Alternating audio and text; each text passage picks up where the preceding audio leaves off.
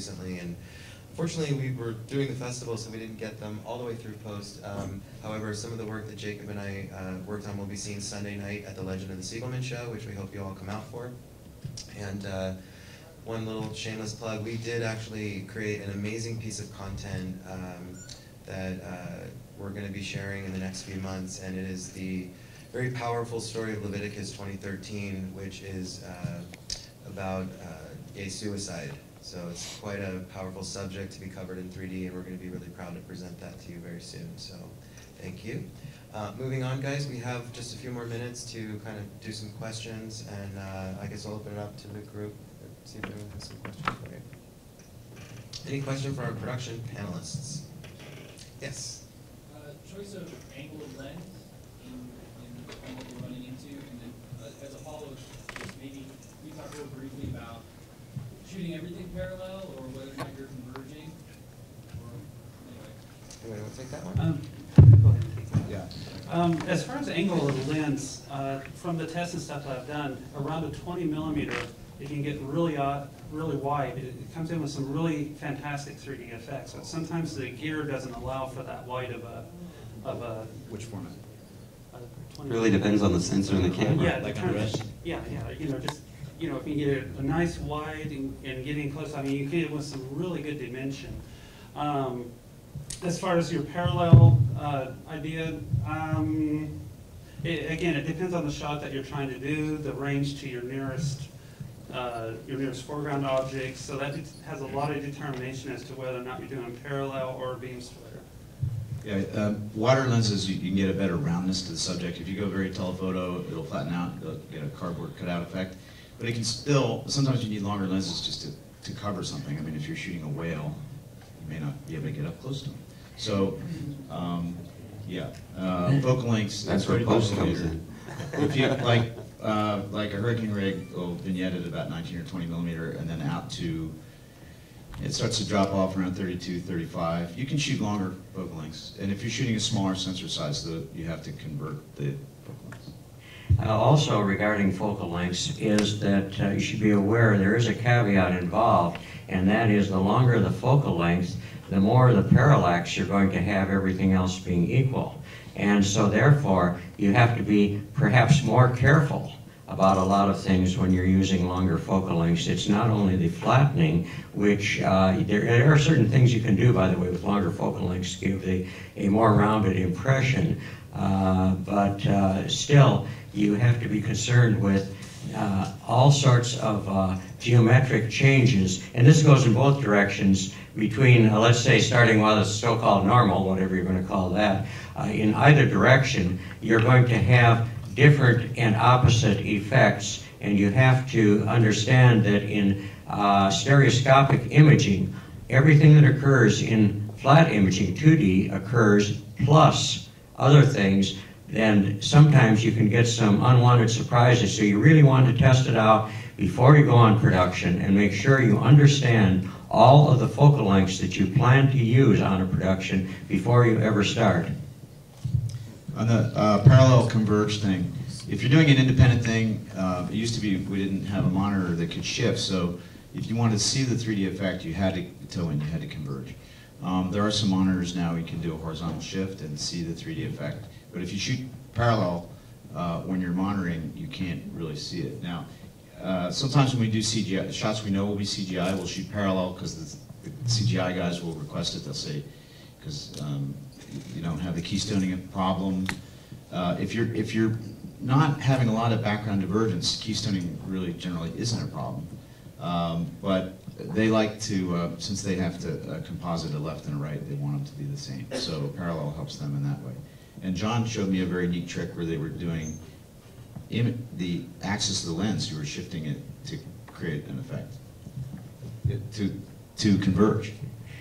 There are all sorts of things that you can do, and I would encourage everyone, not only the students, but people that have been working it for years and have a lot of experience too, everyone to really study this and learn, because there is so much that you can find out about this, and there has been a lot written I think that some of the history, you can save yourself a lot of time and money by looking at the ways that some of these things have been done in the past and benefit from both the innovations and the mistakes that have been done in the past, because then you can actually do things better and for lower cost. Yeah, again, the Canon XF105 and the 305 have the axis alignment, so you can use it not only to get the zoom to be on axis, but you can use it to do horizontal image translation in the camera, Right. which is kind of unique. And there's some of these Canon zooms they use in the broadcast things, like on the Pulsar rig we'll be using at the Avalon tonight, or in the 3Audi rigs. They have a way that they're able to, set the zoom lens so that it is on axis. So. You just said two key words there, in camera, and I think it's important for everyone to realize that, you say, well, we can always do it in post, this type of thing, but understand that when you do some of these operations in post, whatever you do, you're going to be losing pixels. And anything you can do in camera is going to save pixels, save resolution. Yeah, if you shoot parallel, if you shoot parallel, especially with wide I/O, you'll get scaling. So when you shoot with a red in 2:1 mode, you have extra left and right. So when you slide horizontally in post to converge, you don't lose resolution. But if you're just shooting HD, when you converge in post shooting parallel, you lose overall resolution at scales. Well, what's the saying? What's the 4 most expensive words on the set? We can fix it in post. Right. I suggest being creative with focal lengths.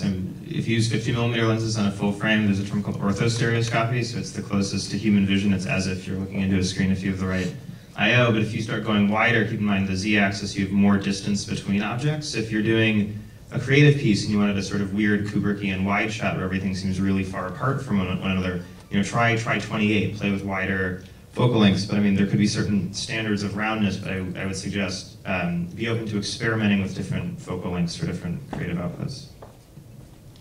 Yeah, I was going to say, on the parallel converge thing, we've talked about when we do documentaries, if we're working very quickly and we don't have time to converge on set because we're just running and gunning, you would just set fixed IOs, and like on a beam splitter rig, and just shoot because you're doing, it's a documentary situation, you just need to roll. So that's something to consider.